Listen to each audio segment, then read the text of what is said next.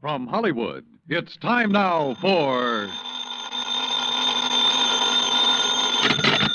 Johnny Dollar. Oh, hi, man. How's your stomach, Johnny? What? Rich food give you any trouble? Who is this? Why, your old buddy, Angie Orsatti. Oh, hi, Angie. Glad you got my message. Yeah. How about dinner tonight at Antoine's, Johnny? Shrimp gumbo, oysters, Rockefeller. Yeah, sounds fine. Only I've got to do some work first. Man, I thought you was here in New Orleans on vacation. Nope, little matter of fire insurance and the company's check for $16,000. Somebody trying to cheat him out of it, huh? You won't believe this, Angie.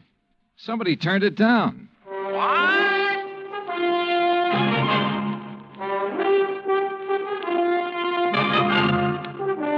Bob Bailey in the exciting adventures of the man with the action-packed expense account. America's fabulous freelance insurance investigator. Yours truly, Johnny Dollar.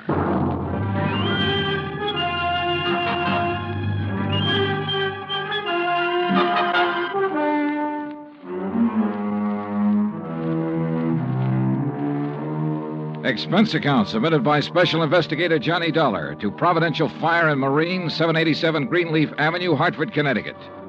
The following is an account of expenses incurred during my investigation of the Royal Street matter.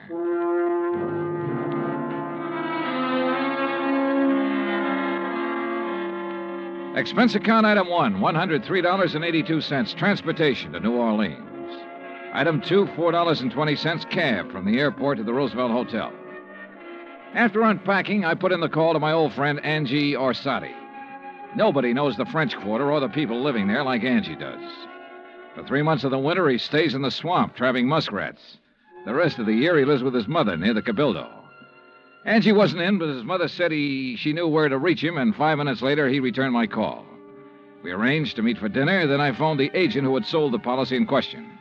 His name's Binford, and naturally, he was anxious to see me. C.D. Binford's office is on the 3rd floor of the Hibernia Bank building. He's a stocky, red-faced man, probably in his late 50s. Come in, Mr. Dollar. Come in. Thanks. Help yourself to a chair. Say, you fellas sure don't waste any time, do you? We try not to, Mr. Binford. C.D., boy. What? You call me C.D. like all the other folks do. Oh, okay, C.D. Yeah. Now, like I was saying, you boys sure don't waste any time at all. Why, I didn't even call the home office till day before yesterday. I know. When was the fire? Last week on Thursday night. What'd they tell you about it? Oh, not very much. Figured I'd get all the information from you. Well, it's a doozy. First time I've ever run across a policyholder who wasn't yelling for us to pay him yesterday for his loss today. You know what I mean? Yeah. Who is the insured, Mr. C.D.? Man named Dupas, Henry Dupas.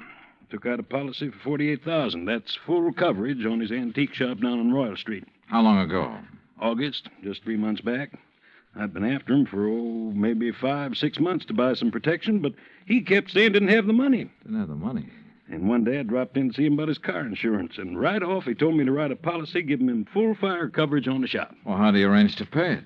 Cash, in full, the day I delivered the policy. He tell you why he changed his mind? Yeah, not exactly. Bet he mentioned something about times being better. I reckon there must have been.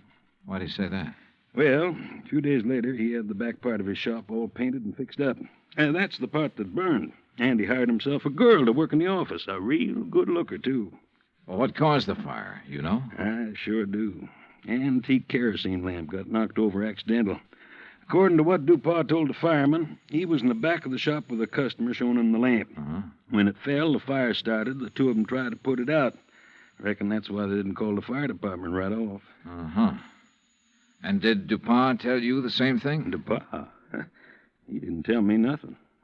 Well, he reported the fire to you, didn't he? He did not. And that's what's got me so riled up. I wouldn't know about it now if I hadn't dropped in there the other day. Was Dupas there when you stopped in? Yes, sirree. And when I saw how the place looked, the whole back of the store gutted out and a slew of his antiques destroyed, I let him have both barrels, I tell you. Oh, what'd he say to that? Yeah, nothing too much. Just acted like he wasn't interested in whether we paid for it or not. Didn't even ask for a claim form. That's funny. Sure is. I thought maybe he was so upset over losing some of his valuable antiques, he didn't know what he was doing. So, after I checked with the fire department, got a copy of their report, I typed up a claim for him. You figured the damage at $16,000, right? Mm-hmm. I knew how much he spent fixing up the back. When I'd issued the policy, I'd gotten an estimate on most of the antiques. So what happened when you gave him the claim? He signed it? He did not. Said to forget about the fire. Huh? And when I kept after him, he called me a busybody and told me to get out of his shop and stay out. What do you think, C.D.? You have any idea why he didn't report it or sign that claim? If I had, boy, I wouldn't have sent for you. I left Binford's office and walked over to Canal Street. The sun had gone down and a cool breeze was coming in off the river, bringing with it the smell of coffee beans and fruit from the banana boats. I crossed Canal and turned onto Royal, heading into the French Quarter. When I reached Henry Dupin's antique shop, I stopped. There are a lot of antique shops on Royal. All of them look pretty much the same. The building's as old as the fine rosewood and mahogany pieces they shelter. There was nothing different about this one, at least from the outside. The fire had started and finished in the rear of the building. I tried the front door, but it was locked. I didn't think anyone would be there that late, but I knocked anyway.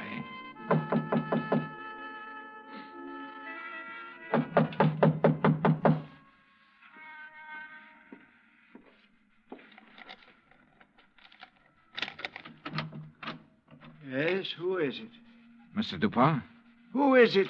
My name's Dollar, Mr. Dupin. I represent the Providential Fire Marine.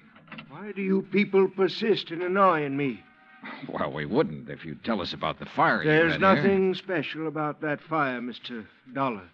It was an accident. Well, then why didn't you file a claim? You're entitled to enough money to cover your Mr. loss. Binford explained that to me quite carefully. If you haven't talked to him, Mr. Dollar, you should. Oh, I've talked to him. Well, then go away. Well, not until you answer a few No, questions. leave me alone, please. I'd noticed an alley next to the shop that ended where the rear door had been. I started back along it, not quite sure what I was looking for or what I expected to find. But I was sure of one thing. Dupin was a frightened man. It was too dark to see anything at the end of the alley, so I returned to the street. Item 3, $30.50, phone call, taxi, and dinner for two at Antoine's. Oh, man. Kind of nice, ain't it, Johnny? Oh, the way it never changes. Same waiter, same chef, same clientele. Yeah. Like another Cafe Royale, Ashy? No, thanks. Well, Johnny? Yeah? Well, when you gonna ask me? Ask you what? Oh, don't kid me, John. You had that old bloodhound look in your eye ever since we sat down. What's the question? Okay, Angie. What do you know about a man named Henry Dupin? Dupin's antique shop? That's right. Oh, not much. Seen him around some's all. Yeah, where? Oh, you know what kind of places I like, Johnny. Yeah, but I can't picture Dupin liking them. Well, maybe he don't, but maybe that little old blonde he's been carrying with him does. Blonde? Yeah, you know, female, girl, bleached hair. I know. Yeah. How old? Oh, 24, 5. Yeah, real nice for an old coot like him. Real winter and spring, huh? Yeah. You seen them together often? Oh, a few times. Saw him about 2 weeks ago at Butz's place. Hey, you know something? I walked in there that night with a 5, and I walked out with 200. How about that? Great. You know who the blonde is? No, but I might be able to find out. You want? Yeah, I want. I left Angie and started back toward Royal Street. On the way, I ran up item 4, $1.85 for one flashlight and batteries. The shades on Dupin's shop were drawn, but I could tell there were lights on inside. In the alley, a small pickup truck was parked near the side entrance to the shop. In the back of the truck, looking like they'd just been taken off the boat, were several stalks of bananas. There wasn't much else to see except the charred wood and refuse left in the alley after the fire. I started back toward the street when a man, a much larger man than Dupin, came out the side door and got into the truck. He turned over the engine and switched on the lights before I could get clear. Hey, what are you doing there? Hold it, mister, right there. Here, buddy, you just hold it. What were you doing back there, huh? Well, right now, mister, I'm wondering what this load of bananas is doing in an antique shop. What is it, Carl? Well, I just caught this guy snooping around in the back. It's Mr. Dollar. Yeah, that's right. You know him, DePaul? He's one of those insurance men I told you about. Oh, well, What are you here for, Dollar? Didn't DuPont tell you he doesn't want any money from you people? Now, why not? Because he's afraid we might have to take a good look around before paying No, off? son.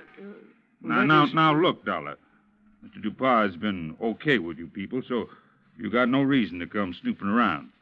Especially after he's told you he don't want you around. So now maybe Mr. DuPont will have to do something to keep you away. Ain't that right, Mr. DuPont? You know what I mean. Yes. Yes, all right, I'll do it, Carl. And he'll never bother us again. Go on, Dollar. Get out of here. At the time, I had no idea what they meant to do, so it wasn't easy to turn my back on them. But I did, and nothing happened. I went back to my hotel and hit the sack, and I must confess I slept later than usual the next morning. I was still in bed when the phone rang.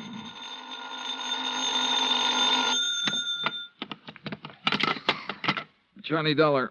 Well, hey now, where's my dynamic northern friend? Oh, he's off today. I'm taking his place. Well, in the news I got, well, I reckon it'll keep till tomorrow. Yeah. Well, so long. No, wait, Angie. Yeah? Did you find out anything about that blonde DuPont's been seeing? Sure, everybody around the French Market coffee shop used to know her. Used to, meaning up till she went to work for Mr. DuPont. She worked for DuPont? Yeah, in the office at his store. Started in there about 3 months ago. Well, come on. Well, since then, nobody sees her anymore. At least none of her old gang. You know where she lives? Yep. The Pont Alba Apartments. That is, unless she has moved. What's her name? Rose Ellen. What? Yeah, she used to be a dancer. That enough for you to go on? Yeah, Angie, thanks. That's plenty. Expense account item 5, $1.40 cab fare from my hotel to the Pontalba Apartments. The list of names on the register near the manager's office told me Rose Ellen's apartment was number 215. But when I got up there, the girl who opened the door wasn't a blonde. Yes, Oh, I'm looking for Miss Rose Ellen. she isn't in. Oh, she at work? Who are you? I mean, are you a friend of hers? My name's Dollar, Johnny Dollar. I'm an insurance investigator. Well, she hasn't done anything, has she? Well, not that I know of. Look, Miss, Garbo. Garbo. May Garbo. You're a dancer, aren't you? How'd you guess? Oh, I'm good at recognizing talent. Oh? Would you like to come in? I've got some coffee on. Well, that'll be just fine. Say, you've certainly got a nice view of the square from here. I suppose. Don't you think so? Oh, sure, if you like that sort of thing. Me, I just think the square's kind of square. Oh, oh, that's good. That's very I brought good. it up the day we moved here. You and Rose move in here together? Uh-huh. Oh, sit down, Johnny. Make yourself at home. Well, thanks. Gee, you're so polite. You wait to be asked. Yeah. Look, tell me, what time do you think Rose will be home? Oh, I couldn't say. May, this is important. What time does she usually get home? Well, I don't know. I mean, after all, she's got her own life to live, you know, and I'm not her keeper. Okay. Sometimes she doesn't get home for days. Oh, I better get the coffee. She ever say anything to you about the fire? Yeah? What fire? The fire down at the antique shop. No, you want cream and sugar? No, thanks, just black. Good. When was that? The fire? Last Thursday night. That's funny. What's funny? That was the last time I saw her. What? Yeah. Rose went to work last Thursday, but she never came home.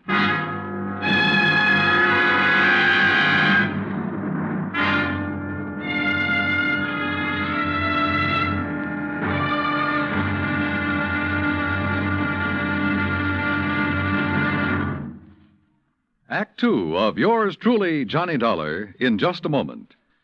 Now, Act Two of yours truly, Johnny Dollar, and the Royal Street Matter.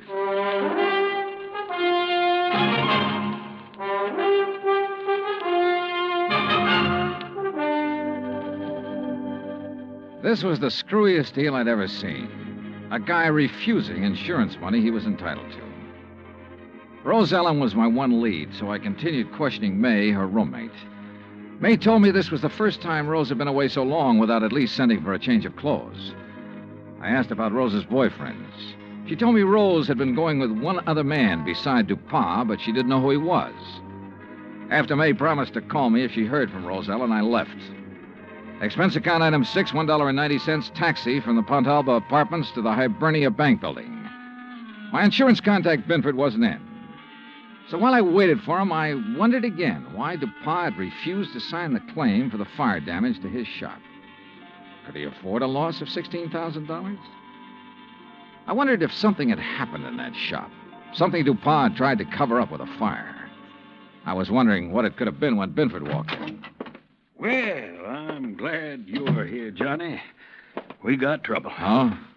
I hear you paid Dupont a call last night. That where you've been? Yeah. He phoned me about 10, wanted me there fast. Oh, boy. I wish I had sense enough to stay away. Well, what happened, CD? Now, before I tell you that, you tell me what he said to you last night. Nothing important, just something about fixing it so I couldn't bother him again. Oh? Well, he did. How?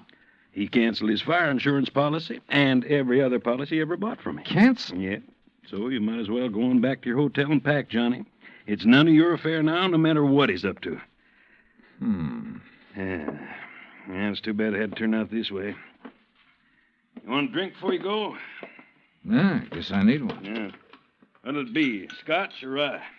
Scotch, neat choice. Good, saves making a mess. When you reckon you leave? Oh, I don't know. I'll check with the airline when I get back to the hotel. Mm-hmm. Yeah, there you go. Thanks. Better luck next time. Mm-hmm.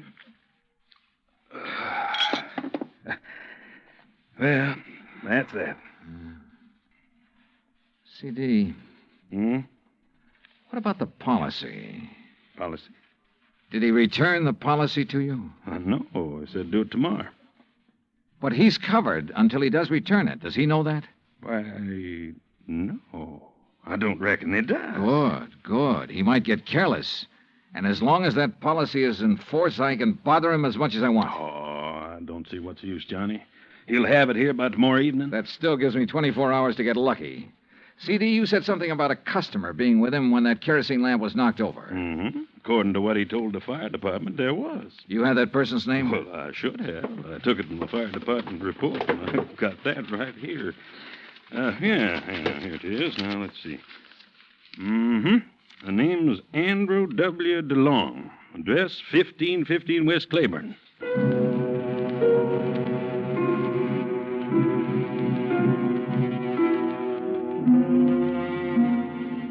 There wasn't any Andrew DeLong at that address.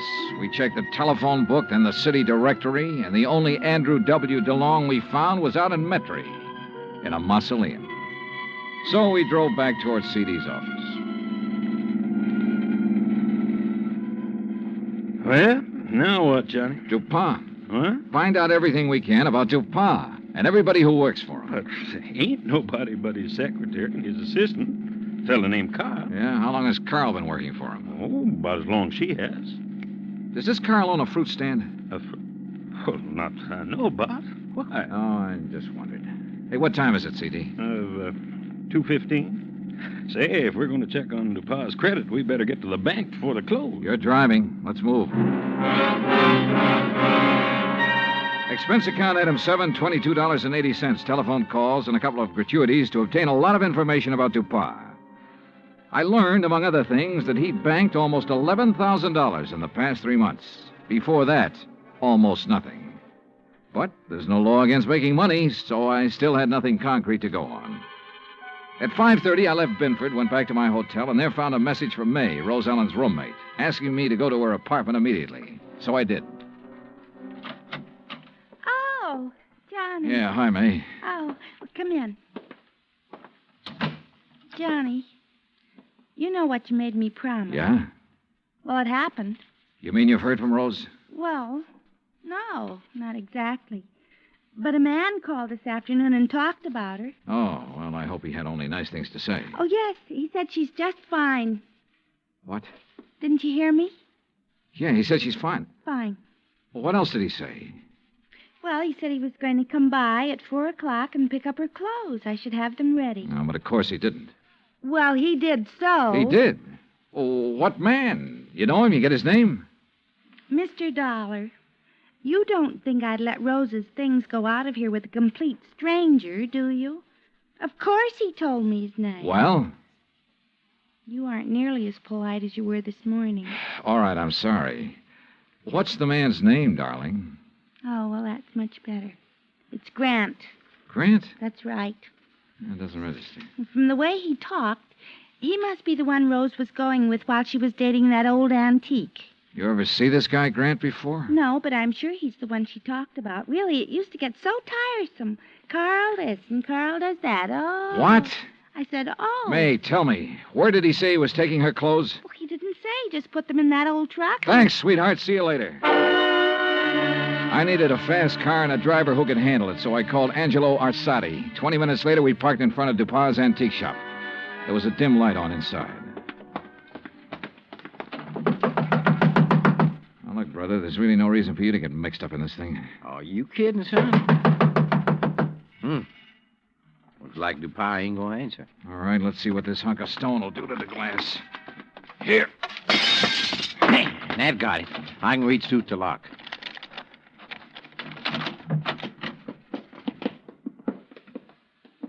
Looks like nobody here. Well, Hey, wait a minute. yeah, I see him. Carl, what happened to you? Dollar. Angie, call an ambulance. Tell him a man's been stabbed here. Yeah, right, Johnny. Dollar. Get to her before he can. Dupas? Gonna kill Rose. You got to help her. Dupas wants to kill her? Why? She found out. Smuggling Is that what Dupas been up to? in banana shipments. Rose found out. Where is she? He thought I'd killed her, but I love her. Yeah, well, look, tell me. You gotta get to her before he does. Where is she? Old Spanish fortress. Yeah? Out on Bayou Slidell. Old Spanish fortress on the Bayou Slidell. Yeah. You know where that is, Angie? Oh, sure. An old ruin out in the swamps north of town near the highway bridge that goes over to the Gulf Coast. Carl, how long ago did Dupas leave? 10 or 15 minutes. Yeah, well, we could beat him, Johnny, by cutting across the swamps. That is, if you could take it. What do you mean by that? Well, it's rugged. Like what? Johnny, did you ever ride a swamp buggy?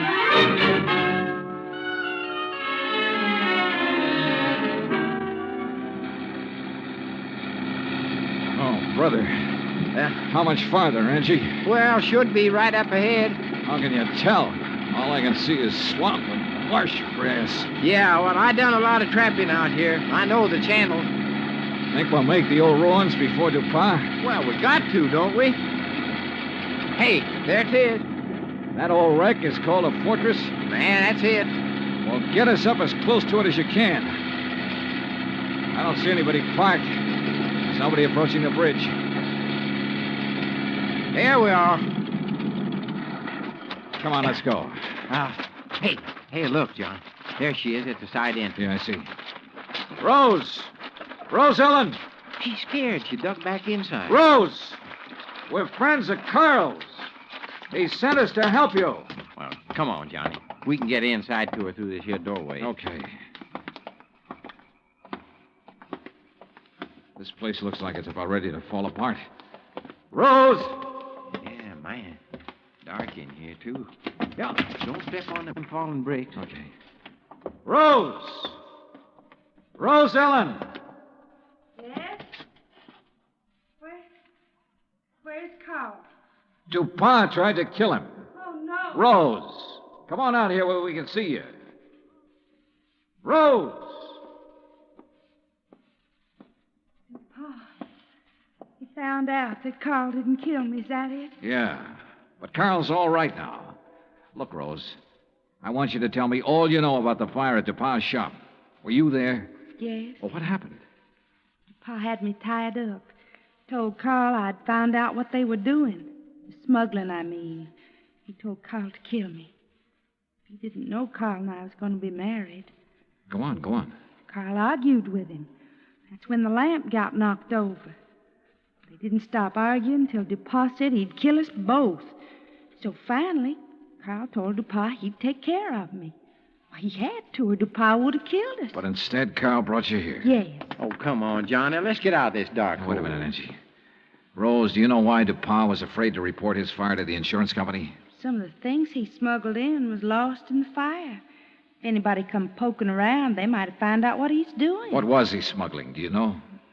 Little tiny boxes filled with white powder, hidden in the bananas. Johnny, narcotics. Yeah, sure. No wonder he banks so much money so fast. I'll bank much more after I get rid of you, Dollar. Look at that. There he is in the door. Yeah, watch it. See, I ain't fooling, Dollar. He can't see us. No, but what a target he makes in that doorway against the light. No gun, Johnny? No. We can try one of these bricks. Yeah, man, but if you miss... Dollar. Wish me luck. Dollar. Right here, DuPont! Come on. Oh, man, dear. You could qualify for the New York Yankees, Johnny. All right, DuPont. On your feet. Let's get out of here.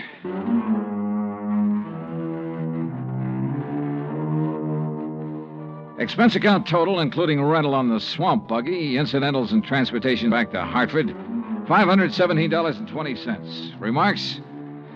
Well, where he's going, DuPont wouldn't have any use for the insurance money anyway. Carl Grant turned state's evidence and clinched the smuggling charges against him. Because of that, Carl may get off easy. I hope so.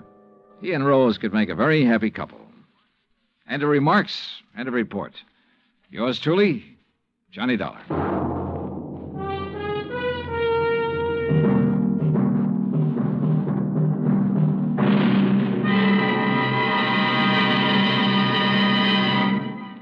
Now, here is our star to tell you about next week's story. Next week, 3 sets of twins. 2 men, 2 girls, and 2 fires that hit the coast of Florida with the impact of a hurricane. Join us, won't you? Yours truly, Johnny Dollar. Yours truly, Johnny Dollar, starring Bob Bailey, originates in Hollywood. Written by Charles B. Smith, it is produced and directed by Jack Johnstone. Heard in tonight's cast were Virginia Gregg, Forrest Lewis, Lou Merrill, Lawrence Dobkin, and Frank Gersel. Musical supervision is by Amerigo Marino and Carl Fortina.